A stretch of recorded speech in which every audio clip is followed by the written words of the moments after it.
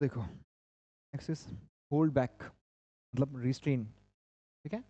Hold back मतलब restrain, और hide करना, छुपाना या फिर किसी चीज़ को रोकना। तो देखो एक और चीज़, हम लोग सिर्फ होल्ड बैक का मतलब नहीं समझ रहे हैं, हम समझ रहे हैं रिस्ट्रेन का मतलब।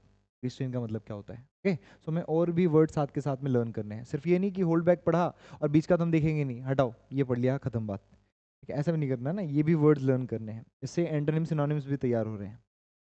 तो होल्ड बैक मतलब रिस्ट्रेन यानी रोकना, छुपाना। तो she held back her tears, उसने अपने आंसुओं को रोका, ठीक है। किसने गंदा बोल दिया उसको, सुगली बोल दिया ना, तो she is restraining her tears, tears. एक और चीज, the word is TEAR and the word is TEAR. For example, she tore her books, she tears her books, वो अपनी किताबों को फाड़ देती है। तो टीयर का मतलब फाड़ना भी होता है, और एक टीयर का मतलब होता है आंसू। क्या होता है, आंसू। नाउ, तो जब इसका मतलब आंसू है तो इसको बोलेंगे टीयर। क्या बोलेंगे, टीयर। और जब इसका मतलब फाड़ना है तो इसको हम लोग बोलेंगे टेयर। क्या बोलेंगे इसको, tear, okay. So that is tear, that is the difference, got it. Exactly, so that is tear gas, आंसू गैस है ना, टीयर से बनती है वो टीयर गैस, बिकॉज आंसू आते हैं उसमें ना, मतलब आंसू से नहीं बनती है, आंसू वर्ड से, टीयर वर्ड से बना है ना, ऐसे कह रहा हूँ मैं। तो उससे आंसू आते हैं, सम केमिकल इज देयर, है ना।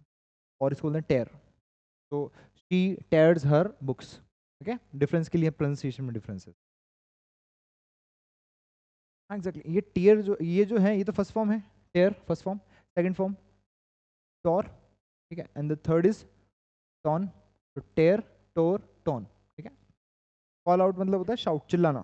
क्रिटिसाइज पब्लिकली, या फिर पब्लिकली किसी को जो है क्रिटिसाइज करना। सो कॉल आउट मतलब पुकारना भी होता है, चिल्लाना भी होता है।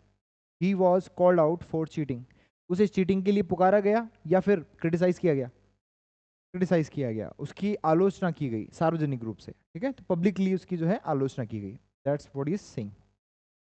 Next one, fall for. Fall for मतलब क्या होता है,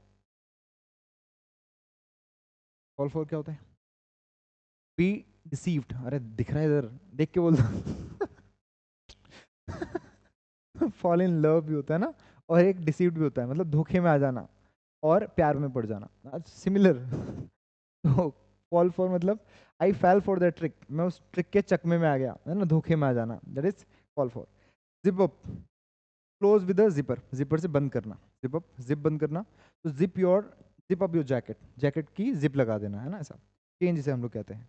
तो zero in on, zero in on क्या मतलब इसका, फोकस ऑन, तो ध्यान केंद्रित करना। सो ही जीरोड इन ऑन द टारगेट, उसने ध्यान केंद्रित किया, जीरो इन मतलब ध्यान केंद्रित करना।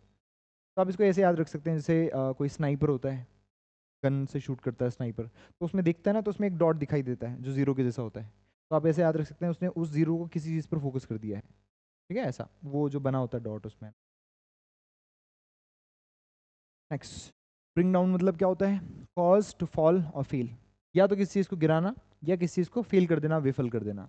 तो गिराना या फिर कम करना, ब्रिंग डाउन किसी को कम कर देना, या फिर असफल करना। For example, high prices brought down demand, ठीक है।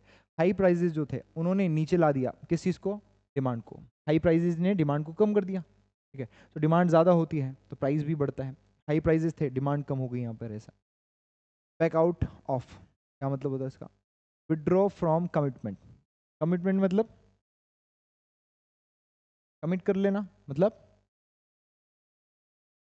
हाँ लिखा हुआ है प्रॉमिस, वादा है ना, सो वादा तोड़ देना, वादे से मुकर जाना, ऐसा कह सकते हैं, पीछे हट जाना। He backed out of the deal, वो उस डील से, उस प्रॉमिस से बाहर आ गया, ठीक है, मुकर गया। ये मैंने कब बोला है, ऐसा करके। तो दोस्तों में तो ना पार्टी चाहिए, वो बोला मैंने कब बोला, है ना, ऐसा। फिनिश, फाइंड अप मतलब फिनिश करना, एंड अप खत्म कर देना। तो समाप्त होना या अंत में पहुंच जाना, बिल्कुल अंत तक पहुंच जाना। We would, we wound up, wound, इसको वाउंड पढ़ेंगे, क्या पढ़ेंगे इसको, wound. We wound up watching a movie, हम एक मूवी को खत्म कर लेंगे, ओके। अब there is a catch, there is a thing जो मुझे बतानी है ना। तो ये एक वर्ड होता है WIND, इसकी सेकंड फॉर्म क्या होती है,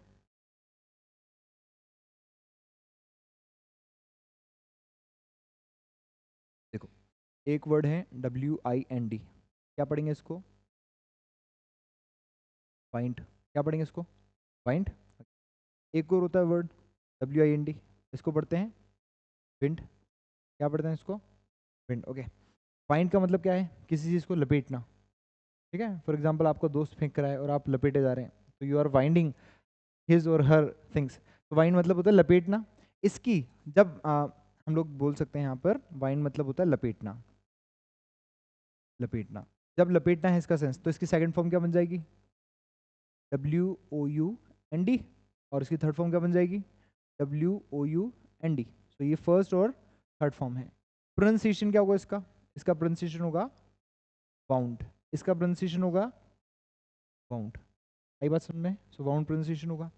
विंड हवा है, ये एक नाउन है, ठीक है। और विंड जो है वो एक वर्ब है। Got the difference? तो ये सेंस हुआ। दूसरी चीज, एक और होता है WOUND, जो वर्ब नहीं होता है, ये नाउन होता है। इसका मतलब होता है जख्म। क्या होता है? जख्म। चोट लग जाती है ना, चोट लग जाना, तो जख्म बोल सकते हैं, चोट बोल सकते हैं, ठीक है। घाव बोल सकते हैं आप इसको, घाव। तो इसका प्रोनाउंसिएशन क्या होता है? इसका प्रोनाउंसिएशन होता है वुंड। क्या बोलेंगे इसको? That is wound. Got it? So wound pronounce करेंगे इसको। तो ये तो होता है विंड, ये होता है वाइंड, मतलब लपेटना। तो जब वर्ब है तो वाइंड बोलेंगे इसको। थर्ड और सेकंड फॉर्म होगा वाउंड, वाउंड, ठीक है। और ये है वुंड, जब नाउन है और जब इसका सेंस है जख्म। Got it? This is the thing. Clear है बात? चलो, तो इसको नोट कर लो, फिर हम लोग बाकी को नोट करते हैं।